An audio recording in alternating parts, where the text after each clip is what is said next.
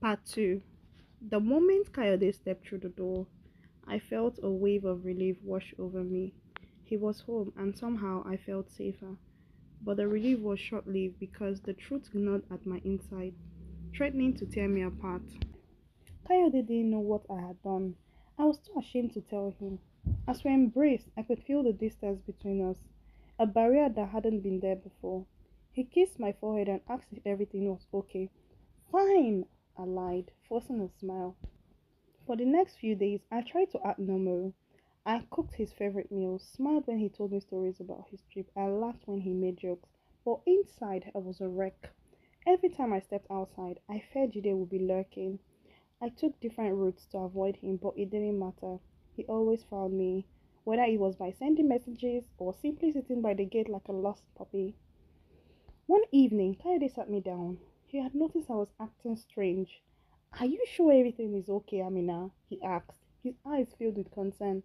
I'm fine, I answered quickly, too quickly.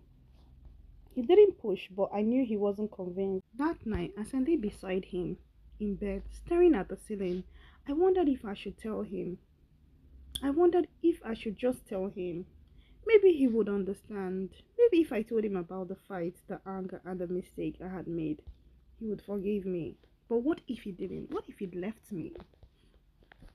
The next day, things took a darker turn. I was walking to the market trying to avoid the usual streets when I saw Jide standing by the corner watching me. He had a strange look on his face, like he wasn't himself anymore. His obsession had gone out of control, and now I wasn't sure of what he was capable of. Amina, wait, he called out, working towards me. I quickened my pace, but he followed me. You can't keep avoiding me, he said, his voice desperate. We need to talk, Amina. Chide, there's nothing to talk about. It's over. It never should have happened, I said, my voice trembling. You don't mean that, he said, stepping closer. I love you, Amina. I can't stop thinking about you. I know you feel the same. I don't, I snapped, louder than I intended.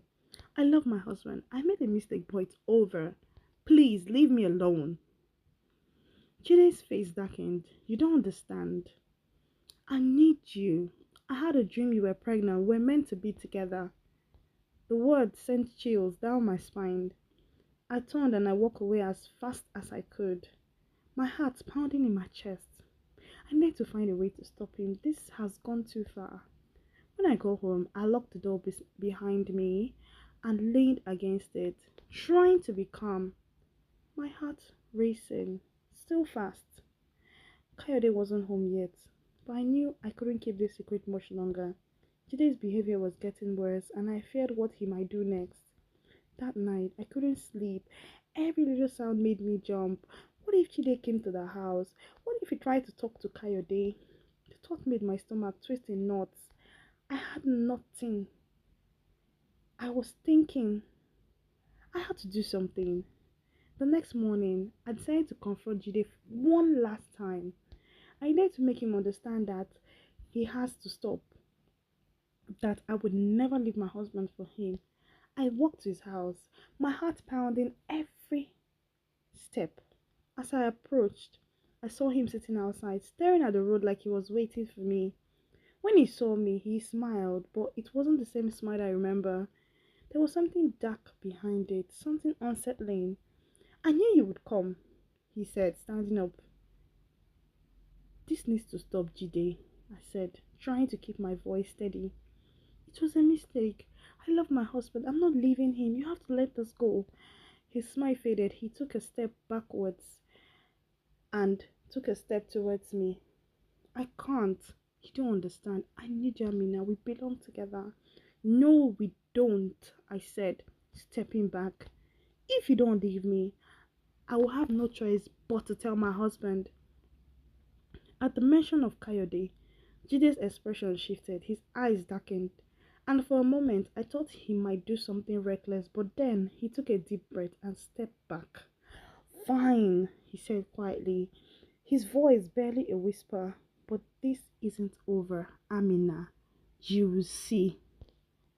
With that, he turned and walked away, leaving me standing there, my heart racing. I didn't know what he meant, but I had a feeling that whatever came next wouldn't be good.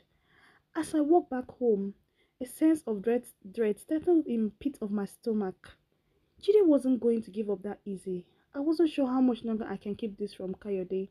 The situation is spinning out of control. I felt like I was running out of time. Stay glued for part 3.